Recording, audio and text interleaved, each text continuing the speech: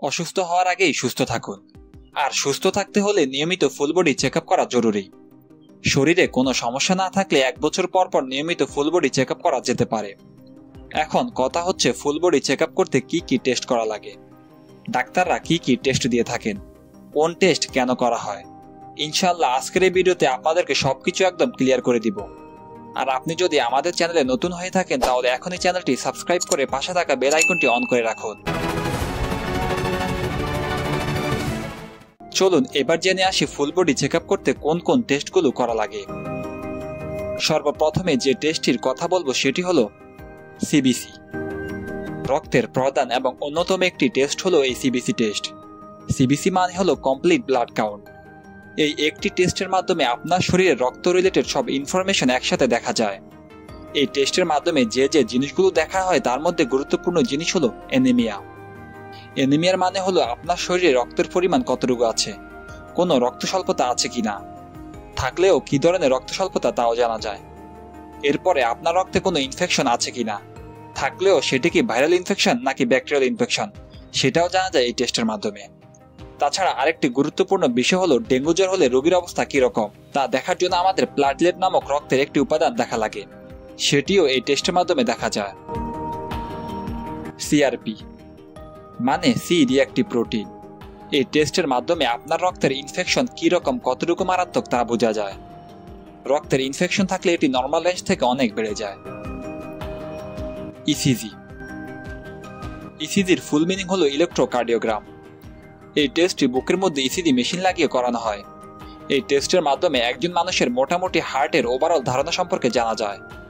যদি হার্টে কোনো সমস্যা থাকে যেমন হার্ট অ্যাটাক, হার্ট ফেইলিওর, তাহলে এই টেস্টে পরিবর্তন আসতে পারে, অর্থাৎ রিপোর্ট অ্যাবনর্মাল আসবে। তাই বয়স্ক লোকদের যদি প্রচন্ড বুকের বাম পাশে কখনো ব্যথা করে তাহলে গ্যাসের ব্যথা মনে না করে নিকটস্থ ডাক্তারের সাথে যোগাযোগ করে হলেও বুকের একটি ইসিজি করুন। Chest X ray PA view. এটিকে আমরা বুকের এক্সরে নামে চিনে থাকি। এটির মাধ্যমে আপনার ফুসফুসের সব ধরনের সমস্যা জানা যায়। যেমন কারো যদি নিউমোনিয়া, যক্ষ্মা সহ ফুসফুসের অন্যান্য মারাত্মক রোগ বা ইনফেকশন থাকে তাহলে এই টেস্টের মাধ্যমে তা নির্ণয় করা যায়।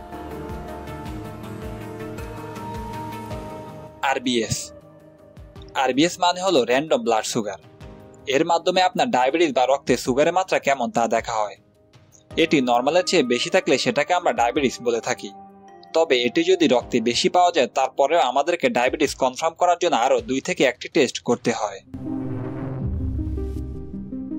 Ultrasonogram of whole abdomen. পেটের যত অঙ্গ প্রত্যঙ্গ আছে সেগুলোতে কোনো সমস্যা আছে কিনা তা দেখার জন্য আল্ট্রাসোনোগ্রাফি করা হয়। অনেকের বিভিন্ন কারণে পেটে ব্যথা হতে পারে, যেমন appendicitis, intestinal obstruction, gastric ulcer ইত্যাদি। সেক্ষেত্রে পেটের যদি কোনো সমস্যার কারণে ব্যথা হয় তাহলে এই আল্ট্রাসোনোগ্রাফির মাধ্যমে সেটি ধরা যাবে। ইউরিন আরই, বাংলা যাকে প্রস্রাব পরীক্ষা বলা হয়ে থাকে। এটির মাধ্যমে আপনার প্রস্রাবে কোনো ইনফেকশন আছে কিনা তা দেখা হয়। এর পাশাপাশি প্রস্রাবের সাথে রক্ত, সুগার, অ্যালবুমিন নামক প্রোটিন বের হলেও সেটি এটির মাধ্যমে দেখা যায়। Serum creatinine. এটি হলো কিডনির পরীক্ষা। কিডনির ফাংশন ঠিক আছে কিনা বা আপনার কিডনি ফেইলিওর বা ড্যামেজ আছে কিনা তা এই পরীক্ষার মাধ্যমে জানা যায়। নর্মাল রেঞ্জ থেকে বেশি থাকলে বুঝতে হবে আপনার কিডনিতে সমস্যা আছে। আপনার শারীরিক কিছু লক্ষণ দেখে ডাক্তাররা এই টেস্ট দিয়ে থাকে। Serum bilirubin and HGPT. এই টেস্ট দুটির মাধ্যমে দেখা হয় আপনার লিভারে কোনো সমস্যা আছে কিনা, অর্থাৎ আপনার জন্ডিস হয়েছে কিনা তা এই টেস্ট দুটির মাধ্যমে জানতে পারবেন। তবে গুরুত্বপূর্ণ কথা হচ্ছে জন্ডিসের অনেক কারণ আছে, সেক্ষেত্রে সেই কারণগুলো বের করার জন্য আপনাকে আরো কিছু টেস্ট করা লাগতে পারে।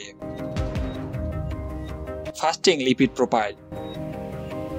আপনার রক্তে চর্বির পরিমাণ কিরকম আছে, খারাপ চর্বির পরিমাণ কত আর ভালো চর্বির পরিমাণ কত, এই সবকিছুই দেখতে পারবেন এই টেস্টের মাধ্যমে।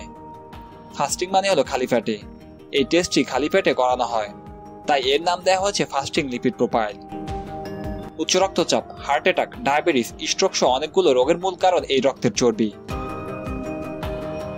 তাই যাদের এই ধরনের সমস্যা আছে বা যাদের পারিবারিক হিস্ট্রি আছে তাহলে তাদেরকে কিছু সময় অন্তর অন্তর এই টেস্ট করে দেখতে হবে রক্তের চর্বির পরিমাণ কিরকম আছে। প্রিয় বন্ধুরা, আপনারা চাইলে একটি নির্দিষ্ট সময় অন্তর অন্তর এই সবগুলো টেস্ট কোনো ডাক্তারের পরামর্শ নিয়ে করতে পারেন। এতে করে আপনি শারীরিকভাবে সুস্থ আছেন কিনা তা সহজেই জানতে পারবেন। তবে মনে রাখবেন, টেস্টগুলো অবশ্যই কোনো ভালো মানের হাসপাতাল বা ল্যাব থেকে করানোর চেষ্টা করবে। ভিডিওটি নিয়ে কারো কোনো প্রশ্ন থাকলে অবশ্যই কমেন্ট করে জানাতে পারে।